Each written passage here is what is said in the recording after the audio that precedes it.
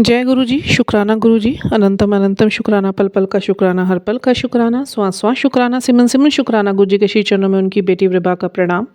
और आप सभी साथ संगत जी को जय गुरु जी। ओम नमः शिवाय, शिव जी सदा सहाय। ओम नमः शिवाय, गुरु जी सदा सहाय। गुरु जी के श्री चरणों में सबके लिए यही अरदास, सारी दुनिया हंसदी रहे, वसदी रहे, खुश रहे, निहाल रहे, तंदुरुस्त रहे, चढ़दी कला विच रहे, सरबत दा भला होवे, सभी गुरु जी के महाराज की पॉजिटिविटी में रहें और गुरु जी के होके रहें, गुरु जी के वचनों पे चले, नीवे होके चले, गुरु जी के चरणों में हमेशा हमारा सर झुका रहे।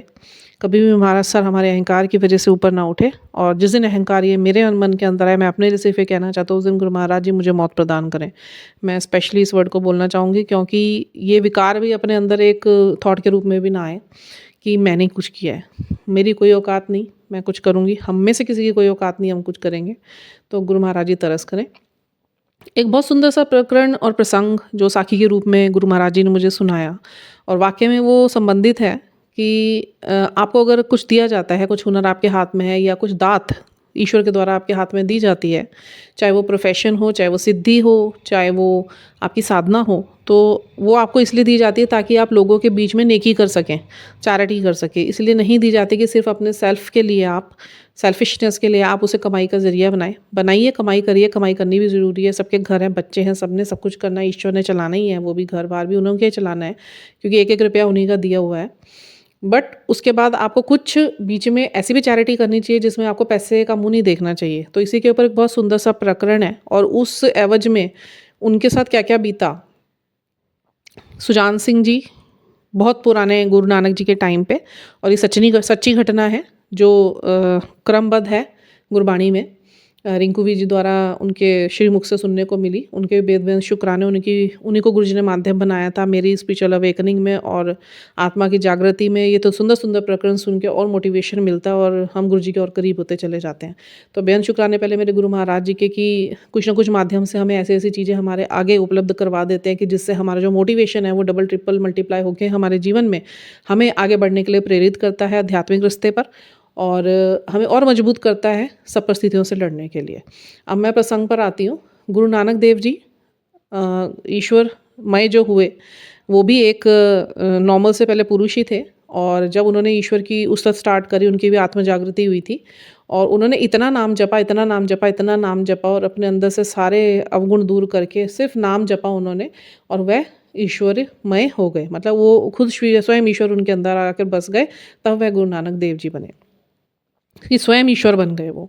तो उनके साथ मर्दाना जी और उन्हीं के साथ उनके एक और सेवादार रहते थे, बालाजी। ठीक है, ये सबको पता है। अब क्या होता है, मैं बात करूँगी अब आगे की, ये तो कि गुरु नानक देव जी जब थे।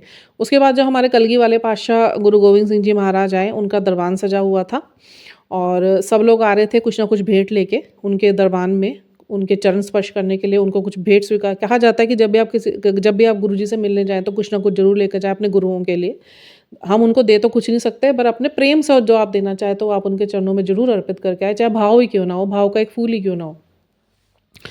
तो ऐसे ही सुजान सिंह जी जो प्रोफेशन से एक वैद्य थे, और लोगों की हेल्थ को लेके वो मेडिसिन वगैरह दिया करते थे, उस टाइम पे ट्रीटमेंट करते थे।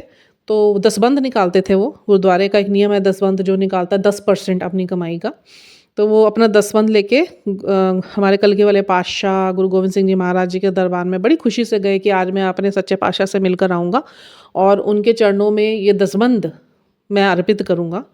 और सब कुछ ना कुछ दे रहे होते हैं, सब गुरु जी का आशीर्वाद लेके, गुरु गोविंद सिंह जी का आशीर्वाद लेके जाके अपनी सत्संग में बैठना शुरू करते हैं। फिर इनका नंबर आता है सुजान सिंह जी का, तो ये अपना दसबंध उनके चरणों में रखते हैं और उनको प्रणाम करते हैं। वो ये सोच के प्रणाम करते हैं कि गुरु गोविंद सिंह जी उनको कल्याण होगा, आशीर्वाद देंगे।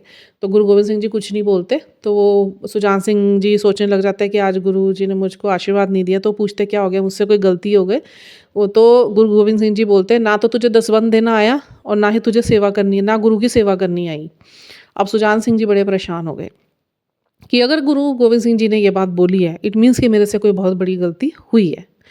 तो उन्होंने पूछा कि सच्चे पातशाह ऐसा क्या मेरे से हुआ, आप मुझे बताएंगे। तो साथ में उनके एक सेवादार खड़े थे, तो उन्होंने उनको बोला कि भाई आप वैद्य हो। उन्होंने कहा मैं वैद्य हूँ। फिर गुरु गोविंद सिंह जी महाराज जी ने बोला, तेरे पास कल एक गरीब औरत आई, उसके पास पैसा नहीं था और तूने उसे दुत्कार दिया, तूने उसका इलाज नहीं करा। तू मेरा होके, गुरु का होके, कैसे तेरे अंदर नेकी नहीं है, कैसे तेरे अंदर भाव पवित्र नहीं है, किसी को देख के तेरा दिल कैसे नहीं दुखता, किसी के लिए तुम्हारे अंदर आह कैसे नहीं निकलती, मैंने तुम्हें ये नहीं सिखाया। तो ना तो मैं तेरा दसबंध स्वीकार करूँगा और ना ही तुझे अब मेरे दर्शन प्राप्त होंगे। सुजान सिंह जी छोटा सा मुंह लेके, और उनका हृदय फटने को हो गया कि मेरे गुरु तो मुझसे नाराज़ हो गए, अब मैं कहाँ जाऊँगा। तो उन्होंने बड़े अपना कर्म बख्शवाने की कोशिश करी, बट गुरु गोविंद सिंह जी महाराज जी ने उसको नाराज़गी प्रकट करते हुए बोला, अब मेरे दर्शन तुझे कभी ज़िंदगी भर नहीं होंगे। उनका तो उसी टाइम गाज गिरी, उनको ऐसे लगा कि बस मेरे पैरों के नीचे से धरती निकल गई। रोते बिलखते उनसे माफ़ियाँ मांगते रहे, बट गुरु गोविंद सिंह जी ने उनको माफ़ी नहीं दी, कि उन्होंने बोला जो मेरे भक्तों का नहीं, जो मेरे बच्चों का नहीं, वो मेरा भी नहीं। तुझे इतना भी नहीं लगा, तुझे एक बारी मन में ये नहीं आया कि उनमें तू मुझे देख लेता। मैंने तुम्हें हमेशा यही सिखाया कि हर किसी में गुरु देखो, कभी तुम किसी की निंदा नहीं करोगे, कभी किसी के हृदय पे चोट नहीं करोगे, कभी किसी का तुम गलत नहीं करोगे। तो मैंने तुम्हें ये कभी नहीं सिखाया था कि तुम पैसे के लिए सिर्फ काम करोगे, या तुम्हें कभी चैरिटी करनी भी पड़ेगी तो तुम नहीं करोगे। तो ये सुन के उनका हृदय फटता चला गया। चलो वो चले गए। फिर उन्होंने उस दिन ये नियम बांध लिया, एक तीर्थ स्थल जहाँ पे गुरुद्वारा बना हुआ था, सब वहाँ मत्था टेकने जाते थे, तो बड़े बड़े दूर से यात्री आते थे तीर्थ यात्रा करने के लिए। उन्होंने वहीं पे एक टेंट लगाया और फ्री सेवा उन्होंने एज अ डॉक्टर देनी स्टार्ट कर दी, कि वो उस चीज़ का पैसा नहीं लेते थे। 6 महीने बीते, आप देखिए 6 महीने उन्हें दर्शन ही नहीं हुए गुरु गोविंद सिंह जी महाराज जी के, दिए ही नहीं गुरु गोविंद सिंह जी महाराज ने दर्शन। और ये आज भी होता है, यदि आप अपने गुरु को अप्रसन्न करेंगे ना, अगर आप लोगों के लिए दया भाव नहीं रखेंगे ना, जो दे सकता है ना वो ले भी सकता है। ये एक भाव है जो यहाँ पे स्पष्ट हो रहा है। उसके बाद क्या होता है, 6 महीने बाद गुरु गोविंद सिंह जी महाराज जी भी वहाँ पे पहुँच रहे होते हैं गुरुद्वारे सत्संग के लिए, दरबान सजना होता है। तो सुजान सिंह को पता चलता है कि भाई गुरु गोविंद सिंह जी महाराज जी यहाँ से निकलने वाले हैं। वो तैयारी कर लेता है कि अब तो उनका गुस्सा कम हो गया होगा, और अब तो मैं चैरिटी कर रहा हूँ, और उनसे तो क्या ही छुपा हुआ है, उन्हें सब कुछ ज्ञात है। तो उनका जो सेवादार होता है गुरु गोविंद सिंह जी महाराज जी का, वो उन्हें कहता है, वो वहाँ से निकलती है उनकी सवारी, तो उनका सेवादार बताती है, देखिए ये वही सुजान सिंह है जिसको आपने बोला था मैं दर्शन नहीं दूंगा। और अब तो ये तो गुरु गोविंद सिंह जी महाराज जी बोलते हैं, चादर लाई जाए और मेरे इस साइड पे चादर लगा दो, मैं इसे दर्शन नहीं दूंगा। तो सेवादार हाथ जोड़ के बोलते हैं, सच्चे पातशाह अब तो ये फ्री में सेवा कर रहा है लोगों की, और किसी से कोई पैसा नहीं लेता है। थोड़ी दूर वो निकल जाते हैं तो सुजान सिंह का मुंह फिर इतना सा हो जाता है कि गुरु गोविंद सिंह जी तो अभी भी मेरे से इतने नाराज बैठे हुए हैं, ये कब मेरे से प्रसन्न होंगे। मैं तो अपने खुदा खोता जा रहा हूँ, मैं तो अपना देवता खोता जा रहा हूँ, मैं तो अपने गुरु को ही खोता जा रहा हूँ। मेरे से क्या बड़ी गलती होगी, मैंने क्यों ऐसा करा, मेरे अंदर क्यों ये भाव आए कि मैंने हर किसी को पैसे से तोला। तो अपने आप को बहुत धिक्कारते हुए और गिल्ट फील करते हुए वो भी ये सोच ही रहे थे।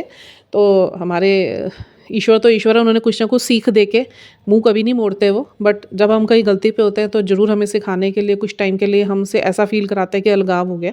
बट वो जो एक फीलिंग होती है ना अलग होने की, वो हृदय फाड़ने वाली होती है, कि मरण अवस्था जैसी।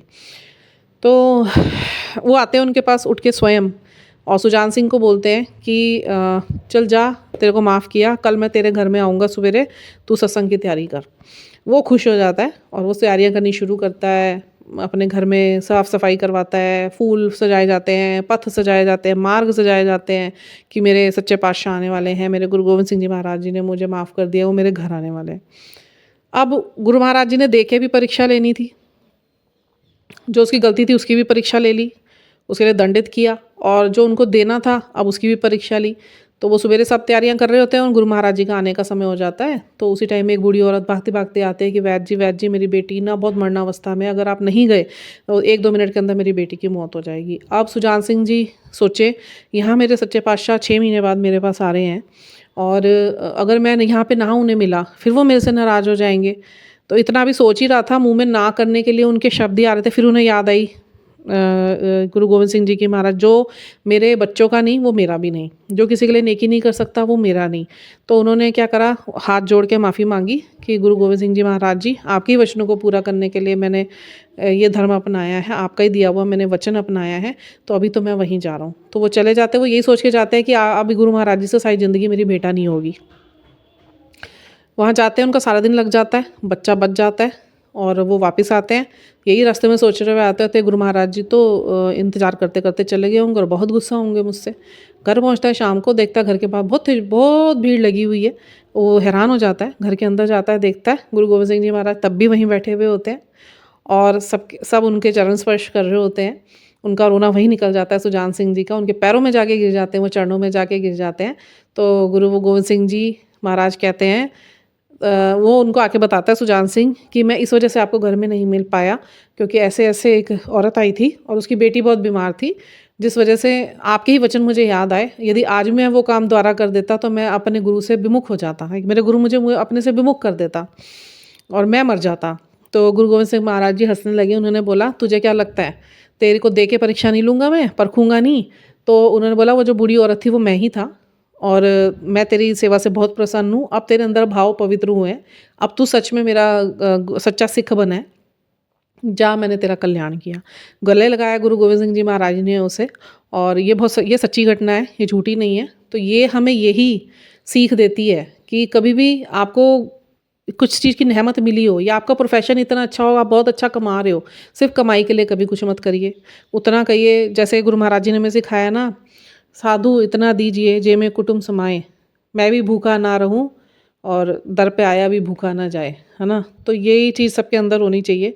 अवस्था तो हमारी ये हो जानी चाहिए गुरु महाराज जी से जुड़ने के बाद उनकी लाइट के साथ, कि मुंह का निवाला भी, लास्ट निवाला मुंह में है, कोई मांगने के लिए आ जाए भूखा, वो निवाला देने की भी आप गुरु जी की एक लाइट रखिए अपने अंदर, कि कोई आपके सामने ऐसा हो जो सक्षम नहीं है और आप देने में सक्षम है, तो कभी भी हिचकिचाएं मत। आप एक बार देंगे ना, आपके भाव साफ होंगे ना, आपको कमी गुरु महाराज जी कभी नहीं होने देंगे। ये मेरा पर्सनल एक्सपीरियंस है। तो बहुत बहुत शुक्राना मेरे गुरु महाराज जी का इतनी बड़ी सीख देने के लिए। कभी घमंड मत करिए, कभी अहंकार में मत आइए कि मैंने किया या मेरा है। हम में कुछ है ही नहीं। हम तो भेजे हुए भी उनके हैं और हम शिव शक्ति अंश हैं सारे, तो हमारा हम में है ही क्या। ना ये दुनिया हमारी, ना हम कुछ लेकर आए और ना हमने कुछ बनाया, ना संपत्ति हमारी। कल को मरेंगे तो आप करोड़ों के भी मालिक होंगे तो करोड़ों यहीं छुट के जाएंगे। और काम में व्यस्तता दिखानी कि मेरे पास अभी समय नहीं है, मैं अभी सत्संग में नहीं जा सकता, या मैं घर में सत्संग नहीं कर सकता, या मेरे पास अभी टाइम नहीं है, ये सब बेकार की बातें होती हैं। कहीं हमने सेलिब्रेशंस के लिए भी जाना तो हम सारे काम धंधे छोड़ के जाते हैं, और कल को हमारा जब अंतिम समय आएगा, जितने मर्जी भी काम पेंडिंग पड़े होंगे, जाना तो हमें है, उस कॉल पे सबको जाना है, तब भी वो काम छोड़ के ही जाएंगे। तो सारे काम छोड़ के थोड़ा सा समय ईश्वर के लिए आप जरूर निकालिए, उनकी उस्तत में सवेरे शाम सिमरन जरूर कीजिए, और चलते चलते फिरते उठते बैठते मंत्र जाप जरूर करिए, जिससे कल्याण आपका ही होना है, ईश्वर को कुछ नहीं मिलना। ईश्वर तो रास्ते खोल रहा है आपकी तरफ, कि हमारी ही बेवकूफ़ी की वजह से जो हम ईश्वर से बिछड़ कर इस अर्थ स्कूल पर आए, तो हम अपने कर्मों को सफाई करके, अपनी दी हुई जगह को अच्छे से सफाई करके और अच्छी अच्छी तस्वीरें लगा के जाएँ गुरु जी की वडियाइयों में, और अपने अंदर भी ऐसे आत्मिक अच्छे विचार हम पैदा करें कि आगे जाके हम गुरु महाराज जी से फिर से मिल सकें। तो गुरु महाराज जी के चरणों में यही अरदास, आप सब लोग हंसते रहिए, बसते रहिए, खुश रहिए, निहाल रहिए, तंदुरुस्त रहिए। ये प्रसंग बहुत सुंदर है, बहुत सुंदर है, बहुत सुंदर है। मुझे तो इतना मोटिवेशन मिला कि जो 10% था वो मेरा 1000% हो गया, मल्टीप्लाई हो गया, और 1000% होता चला जाएगा। कि वाकई में बहुत बड़ी सीख है कि सिर्फ अपने तक नहीं रखनी चाहिए चीज़ें, हमें लोगों में बांटने की अंदर से भाव होने चाहिए। तो इसी के साथ अभी के लिए इतना ही। जय गुरु जी।